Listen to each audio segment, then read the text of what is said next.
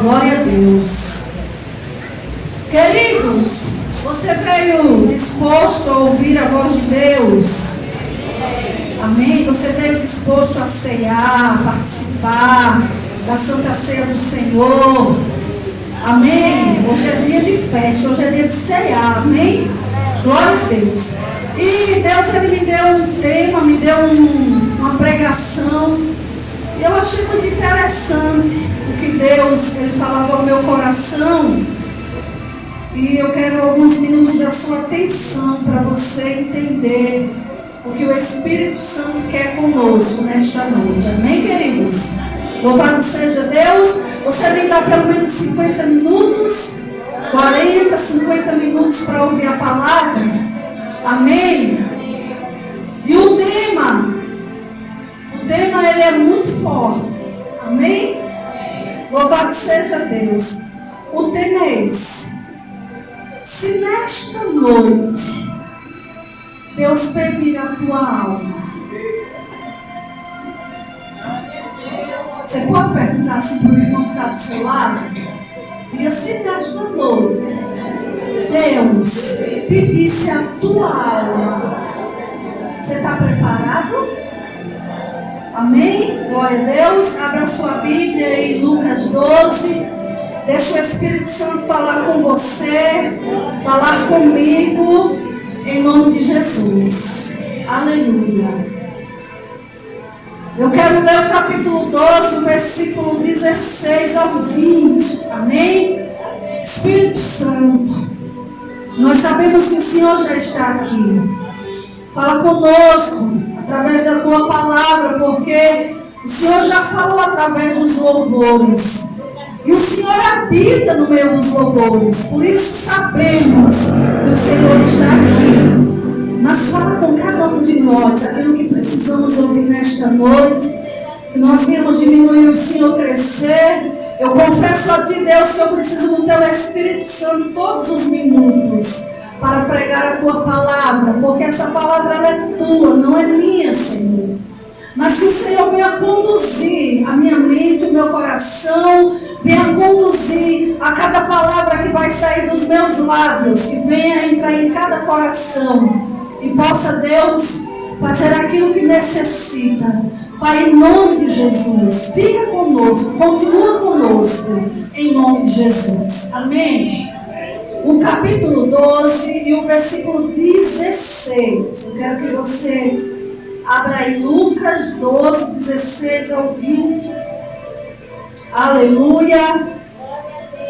Diz assim a palavra de Deus. E propôs-lhe uma parábola, dizendo: a herdade de um homem rico tinha produzido com muita abundância. E ele arrazoava consigo mesmo, dizendo: que farei? Não tenho onde recolher os meus frutos. E diz: farei isto: derrubarei os meus celeiros, edificarei outros maiores, e ali recolherei todas as minhas novidades e os meus bens. E direi à minha alma: tens em depósito muitos bens para muitos anos. Descansa, come, bebe e folga. Aí o 20 diz: mas Deus lhe disse: louco, esta noite te pediram a tua alma, e o que tens preparado, para quem será? Amém? Queridos, deixa a Bíblia aberta. Deixa eu contar aqui uma ilustração. Não sei se você já ouviu. A pastora gosta, né, de história, né? Contaram umas histórias. Existe um homem que ele procurava tesouros. E ele encontrou uma caverna. E sai procurando tesouros naquele lugar.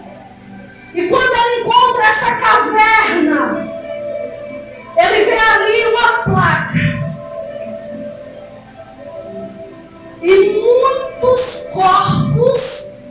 que estavam só os esqueletos, com sacos na mão. E a placa dizia assim: entre, mas volte logo, a porta vai se fechar. E aquele homem que procurava entrou na caverna, e quando ele chega ali, ele encontra muitas coisas: diamantes, joias, dinheiro, ouro, tudo que você imaginar. E aquele homem se depara com aqueles esqueletos com sacos na mão, e ele procura um saco e começa a encher, pastor Adilson, de coisas, de dinheiro, de ouro, de tudo que ele estava vendo. E ele encheu e correu até perto da porta, e a porta ainda não estava se fechando. Ele volta e pega outro saco e enche, e pega 2 sacos e vem. Quem está entendendo, diga glória a Deus. E quando ele vem com os 2 sacos cheios de tesouros, de coisas valiosas, ele olha e a porta começou a se fechar. Ele corre novamente e, não satisfeito, pega outro saco e enche, e sai com os sacos, e assim sucessivamente. E não satisfeito, volta novamente para encher, e moral da história, a porta fechou. E aquele homem morreu como os demais que estavam os esqueletos ali. Você vai entender. Essa história é só uma ilustração. Aqui essa parábola, se você for ler ela do capítulo 12 em diante, você vai ver Jesus ensinando muitas coisas. Você vai ver Jesus, ele dizendo para os discípulos e para o povo. A Bíblia relata que ali tinha tanta gente, irmãos, tanta gente para ouvir o ensinamento, que estava assim de pisar um no outro, de tanta gente que tinha. E Jesus estava ensinando. Ele começa a mostrar muitas coisas interessantes, como assim: mas eu vos mostrarei a quem deveis temer. Temei aquele que depois de matar tem poder de lançar no inferno. E se você for ler versículo por versículo, você vai ver o ensinamento de Jesus, ensinando para a multidão. E os discípulos estavam ali. E você vai ver, queridos, que Jesus, ele está ensinando e alguém fala: Senhor, então manda. Você vai ver nos versículos depois. Quando chegar em casa, você dá uma lida. Senhor, então manda o meu irmão que dividir a herança. Então manda o meu irmão dividir a herança. Como Jesus era o mestre, Jesus responde: sou eu o juiz para resolver a causa aí de vocês. E aí ele conta essa parábola. Jesus dá uma boa cajadada no homem que mandou Jesus falar para o irmão dividir a herança. E você, quando você vai imaginar, era para Jesus, se nós fôssemos olhar pelos olhos humanos, dar uma cajadada no irmão que não queria dividir. Sim ou não? Mas aí ele diz para o outro que ele não ia resolver aquilo.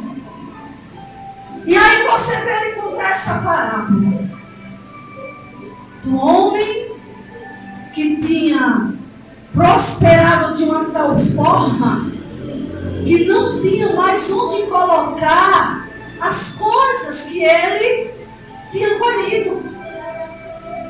Você vai olhar pelo lado humano, que mal tem esse homem? Que mal tem?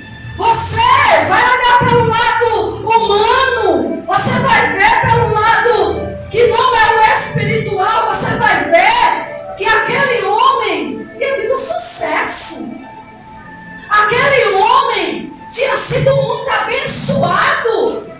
Por quê? Porque a Bíblia diz que tudo que nós plantarmos, nós vamos colher. Então aquele homem plantou muito para colher muito. Sim ou não, queridos? Que mal tinha! Mas quando você vai olhar pelo lado espiritual, você vai ver um homem, você vai avaliar um homem egoísta. Sim ou não? Ele disse, peraí, eu sei o que eu vou fazer. Ele era acostumado a colher, porque ele já tinha depósitos. Sim, ele já tinha ali os seus celeiros, porque ele plantava e sabia que ia colher. Sim ou não? Ele plantava, ele já tinha os seus celeiros ali preparados para a colheita. Aí você vai ver um homem que foi muito abençoado por Deus, mas o que foi que aquele homem foi? Egoísta. Ele olhou para ele mesmo e disse assim: farta-te, alma. É assim que tem na sua Bíblia? Farta-te, alma. Come, bebe, diverte-se, porque o que tem é muito, não precisa se preocupar. Era um homem egoísta. Por quê? Porque ele pensou: o que é que eu vou fazer com tanta coisa? Porque a minha plantação dessa vez dobrou. A minha colheita dobrou. Então o que é que eu vou fazer? Eu vou derrubar esses celeiros que são pequenos e vou levantar um celeiro maior. Para quê? Para intocar, para guardar. Primeiro, aquele homem era ingrato. Sim ou não? Ingrato. Você vê em algum trecho da Bíblia ele dizer: louvado seja Deus que a minha lavoura multiplicou. Quem foi que deu para ele? Foi a força do braço dele? Não. Deus deu força, Deus deu saúde, Deus deu ali uma terra boa, Deus fez com que aquele homem produzisse. Mas você vê um homem egoísta que só pensou em si. Por quê? Porque, queridos, o ser humano, eu e você, muitas vezes somos egoístas. Sim ou não? Se você tiver 2 bolos, um maior e um menor, você daria qual para mim? Seja sincero. O menor. Não é verdade, irmãos? É verdade, queridos. Eu estou citando um exemplo simples para a gente entender. Esse homem não pensou, porque eu acredito que perto dele existiam pessoas que tivessem fome. Ele não pensou no próximo. E nós somos assim ou não? Desse jeito, irmãos. E o que você vai vendo é que esse homem, ele estava ali tão radiante, tão satisfeito com tudo aquilo, que estava dizendo assim: farta-te, alma. Irmãos, o interessante é que esse homem não colocava Deus em nada na vida dele. Porque muitas vezes nós fazemos assim: eu vou descer, vou resolver isso e isso. E Deus foi com você na frente. Você orou, você disse a Ele: Deus, vai na minha frente. Senhor. Você está entendendo, queridos? Esse homem estava igual a nós, pensando que ia viver muito tempo. Eu comecei a lembrar de algumas pessoas da pandemia.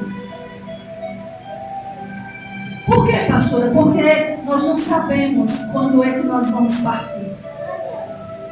Esse homem estava feliz, satisfeito, tinha muita coisa, não precisava mais se preocupar com nada.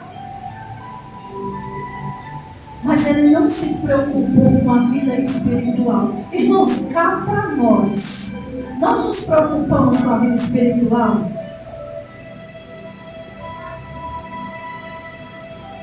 Nós pensamos primeiro no material. Quando esse homem termina de dizer a frase, Deus diz assim para ele: louco, hoje mesmo, não foi com 10 anos para ele desfrutar do que tinha. Quem está entendendo, queridos, o que o Espírito Santo quer falar? Não foi com 100 anos, não foi quando ele se organizou, não. Foi o que Deus disse: tu não vai desfrutar de nada disso. Por isso que a Bíblia diz: não junte tesouro na terra, porque a traça e o ferrugem, ele faz o quê? Corrói. Mas junte tesouro aonde? Céu. Pastora, como eu vou juntar tesouro no céu? Cuidando mais da tua vida espiritual. Sabe? Um pai. O que é que um pai pode deixar de mais especial para um filho? Um legado. Sim ou não, pastor? Por quê? Porque o filho, ele vai dizer assim, quando o pai partir: meu pai era um homem de caráter. Não é? Meu pai era um homem de bem. Tem pessoas que dizem: eu nunca vi meu pai brigando com a minha mãe. Eu nunca vi meu pai fazendo isso para envergonhar a minha família. Não é verdade, queridos?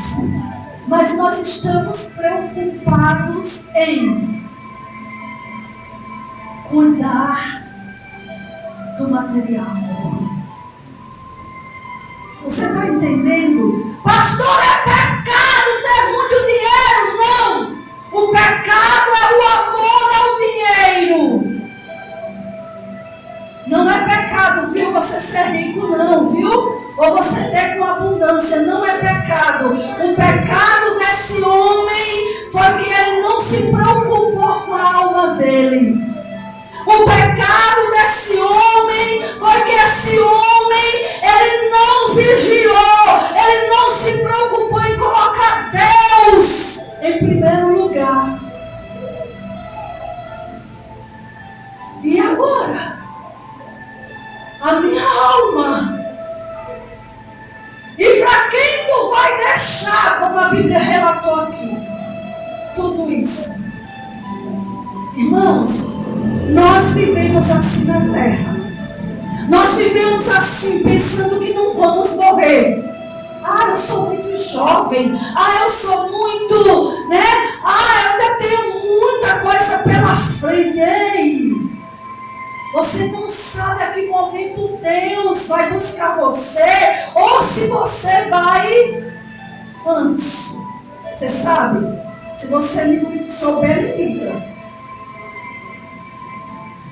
Porque nós não sabemos, nós precisamos. A igreja de Cristo precisa pensar no espiritual. Trabalhe sim, busque sim o dinheiro para mudar o seu pão de cada dia na sua casa. Lute sim para comer o melhor da terra, porque a Bíblia diz que se você crer, você vai comer o melhor da terra.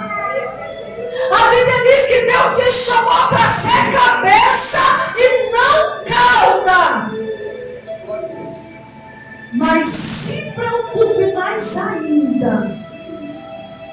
em estar bem com Deus, em fazer a vontade de Deus, em estar na presença de Deus. Você está entendendo o que Deus está falando? A Bíblia fala em Apocalipse, na igreja de Laodiceia, capítulo 3 de Apocalipse, diz assim: era uma igreja desse jeito, irmãos. Aleluia. O capítulo 3 de Apocalipse e o versículo 17 diz assim: glória a Deus. Você está entendendo, irmãos? Louvado seja Deus. 3,17. Como dizes, rico sou, e estou enriquecido, e de nada tenho falta. E não sabe que és um desgraçado, miserável, pobre, cego e nu. A igreja de Laodiceia era uma igreja, irmãos, que achava que estava no auge, só que era uma igreja rica. Mas essa igreja era uma igreja rica, mas que estava faltando a presença de Deus. Então nós precisamos acordar para nós não ficarmos como a igreja de Laodiceia, que nem ricos nós somos, mas somos ricos da presença de Deus. Você entende isso? Porque o que é que mais importa na sua vida se não é a salvação, irmão? O que é que mais importa para um homem, para uma mulher, para um cristão, se não é a sua salvação?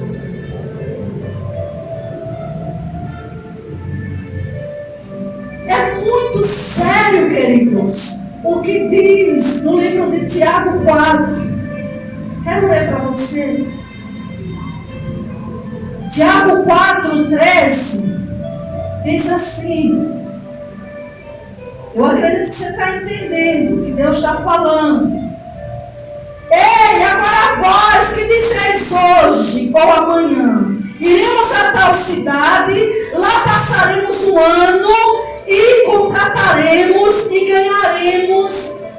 ganharemos. Digo-vos que não sabeis o que acontecerá amanhã, porque que é a vossa vida, é um vapor que aparece por um pouco e depois se desvanece. Tem Bíblia que diz que a nossa vida é como a neblina. Você já parou para imaginar assim? Mas o ser humano em si não acha que vai? Não se preocupa. Eu vou morrer amanhã, eu vou fazer só se descobrir uma doença.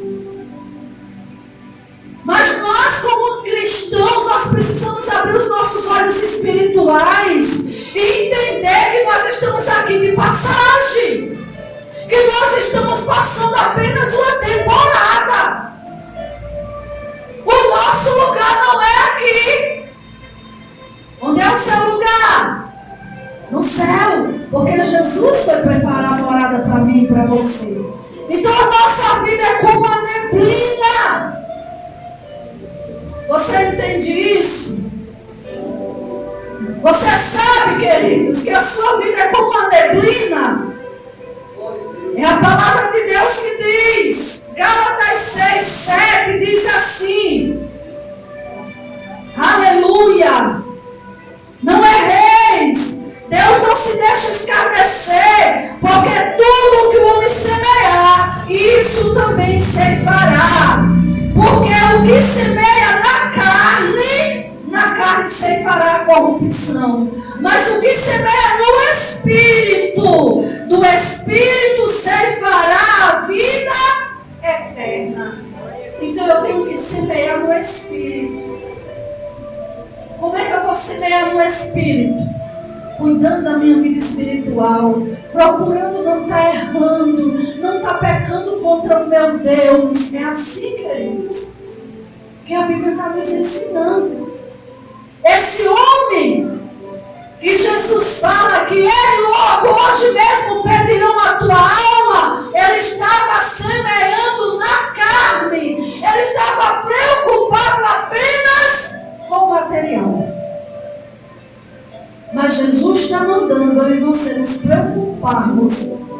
espiritual.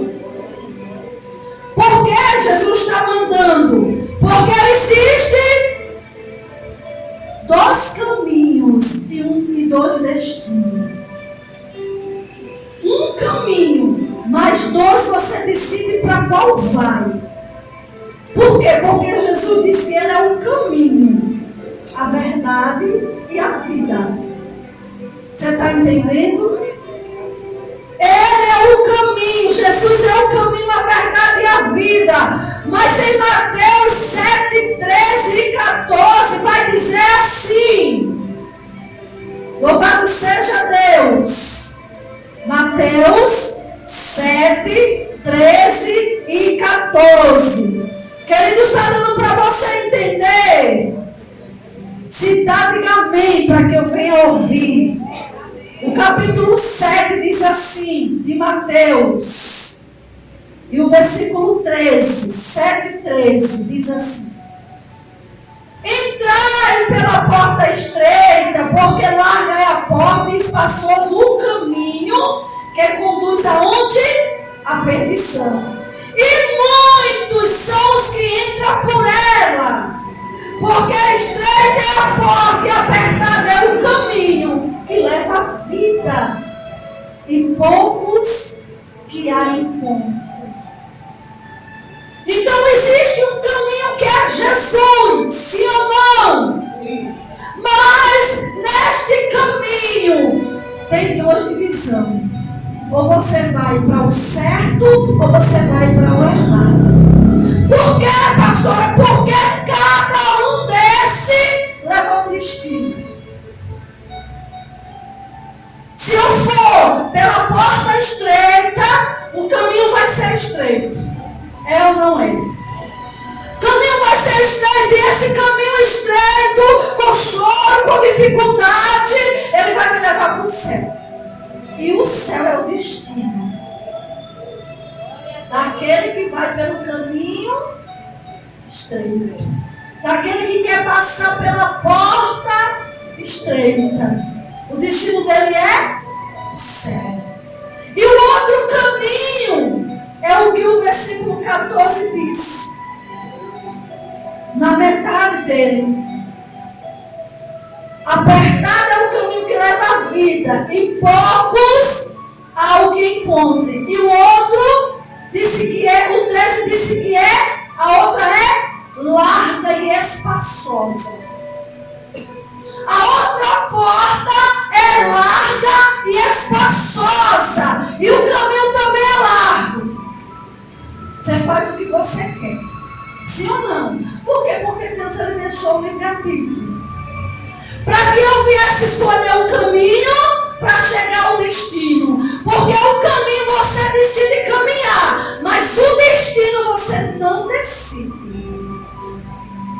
É pelo caminho que você for, ou largo ou estreito, que o destino vai estar lá no final. Se eu decidir caminhar pela porta larga, pelo caminho espaçoso, eu vou viver da forma que eu quero. Eu vou fazer tudo que me der na telha, como diz o ditado. E aí, qual é o meu destino? É céu? Não. Se eu decidir andar pelo caminho espaçoso, entrar na porta larga, eu vou chegar ao destino que ninguém quer ir, que é para o inferno. Mas se eu decidir ir pela porta estreita, andar, trilhar o caminho estreito, não fazendo mais o que eu quero, mas fazendo a vontade do meu Deus, aí eu vou chegar a um destino que todo mundo quer ir, mas a Bíblia diz que poucos. Você viu no finalzinho que são poucos os que vão. Eu quero estar incluída nesse pouco. Você também? Em nome de Jesus. Em nome de Jesus. Então nós não podemos ser como aquele homem louco. Nós não podemos ser, querido, como aquele homem que só se preocupou com a sua vida na natural. Eu preciso me preocupar com a minha vida espiritual, queridos. Eu preciso saber que eu escolho o caminho para chegar ao destino. E eu quero lhe perguntar: que caminho você tem trilhado para que eu possa lhe dizer qual o destino que você vai chegar? Escolha! Escolhemos o caminho, mas o destino está lá preparado.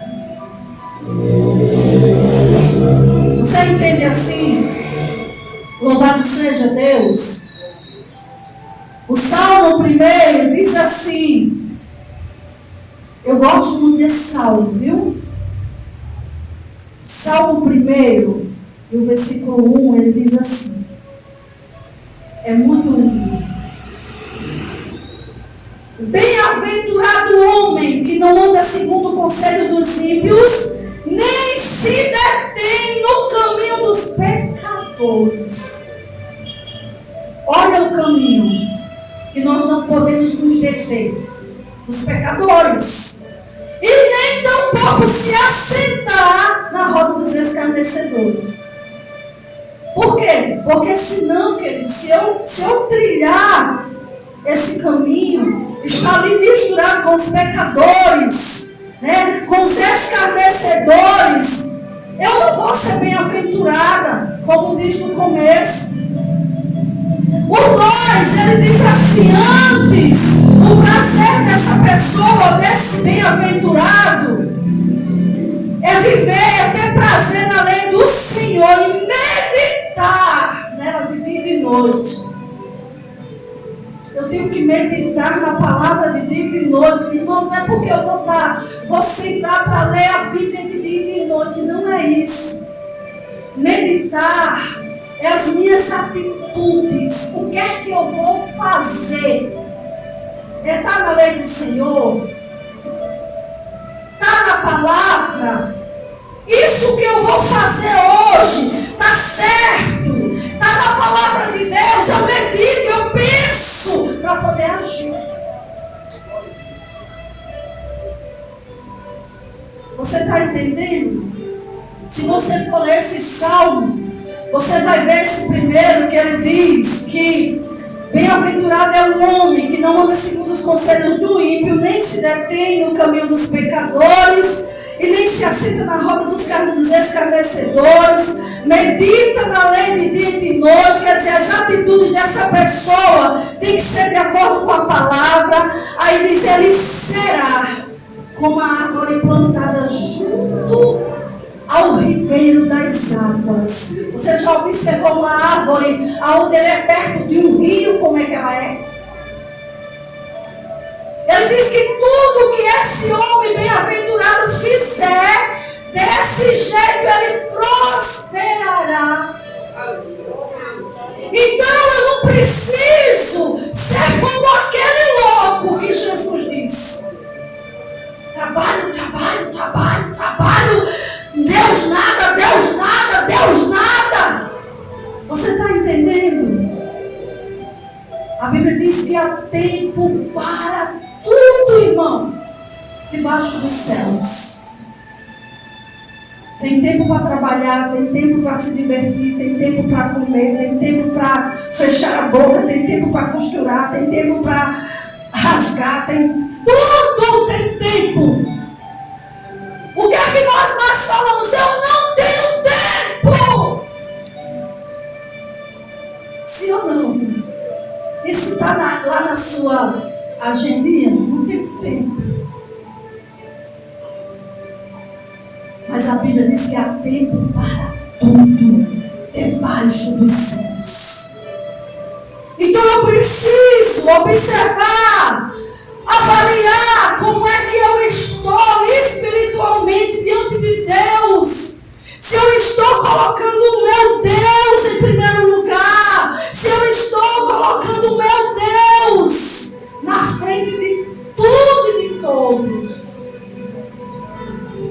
Você está entendendo, queridos? Louvado seja Deus. Porque são decisões. Deus é tão sábio, irmãos, que lá em Deuteronômio ele mudou bênção e maldição. Aí ele diz assim: se obedecer, é abençoado. Se desobedecer, é amaldiçoado. Olha como Deus é sábio.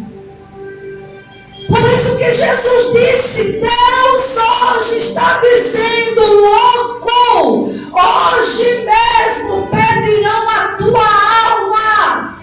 Ele estava dizendo que adiantou tu derrubar o celeiro e aumentar para trabalhar, para plantar e colher e ser egoísta, só pensar em si e ser ingrato, não agradecer a Deus.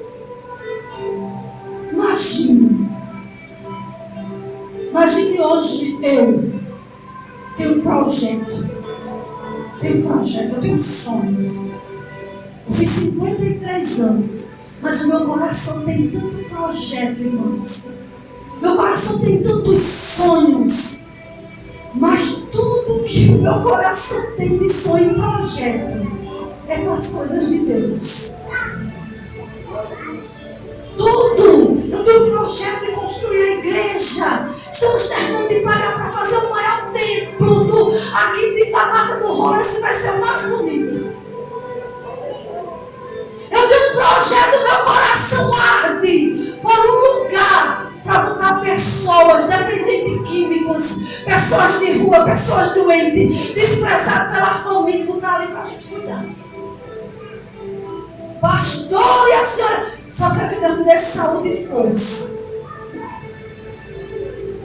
para que eu possa realizar, mas é tudo pensando em Deus, é tudo vendo as almas, sabe? Porque eu entendi, dentro da minha mente, o meu coração entendeu para que Deus me chamou. Por isso que eu entendo quando Paulo disse assim: eu me gastarei pelas almas. Sabe, irmãos, e nós precisamos entender isso.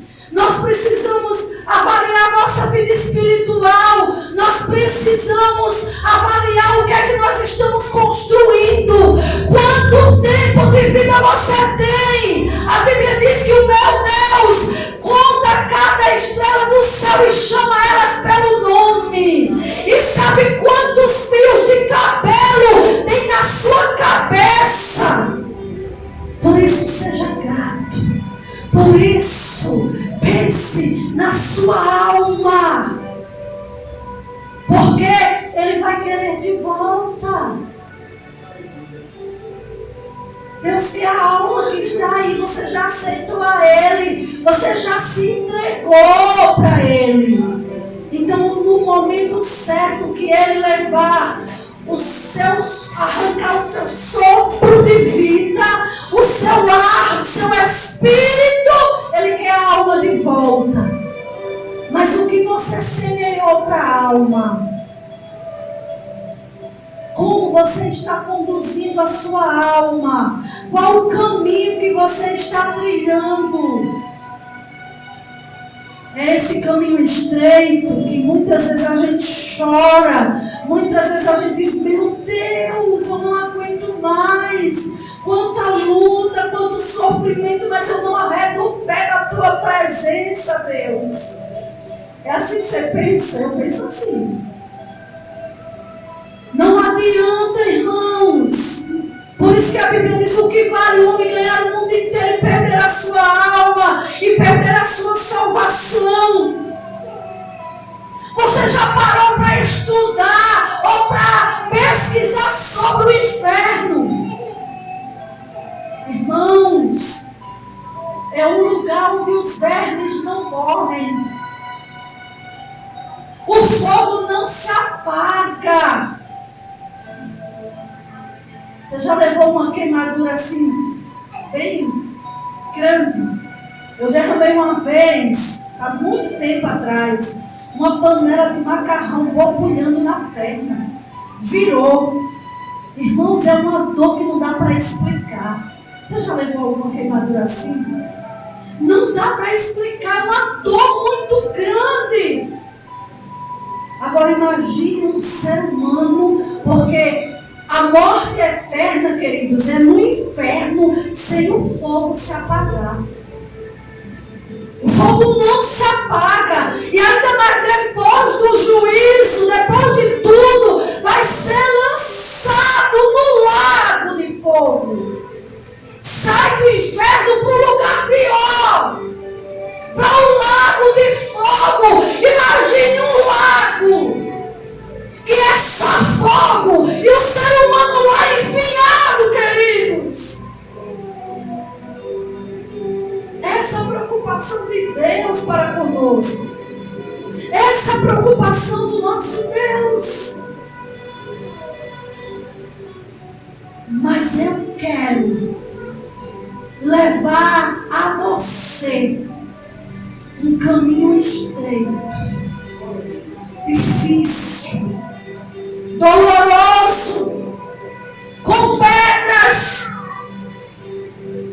que muitas vezes machuca o pé, mas que o destino dele é céu. Está lá Deus, o Pai, o Filho e o Espírito Santo. E os anjos, e os portões vão se abrir, aleluia. E você vai entrar. E ele vai dizer assim: vinde amado do meu Pai. Vinde amado. Você já imaginou você ouvir nos seus ouvidos o Senhor Jesus dizer assim: vinde amado do meu Pai. Entra. Você já parou para imaginar? Então, queridos, vale a pena pagar preço, sofrer, lutar, sabe? Passar por adversidades que tem hora que você acha que não vai aguentar. Mas você tem a convicção e a certeza que o seu destino é no céu. Você tem a convicção e certeza que se você permanecer na presença de Deus, esquecendo um pouco da sua vida humana, da sua carne, dos seus desejos carnais, e optando por fazer a vontade do seu Deus, vale a pena.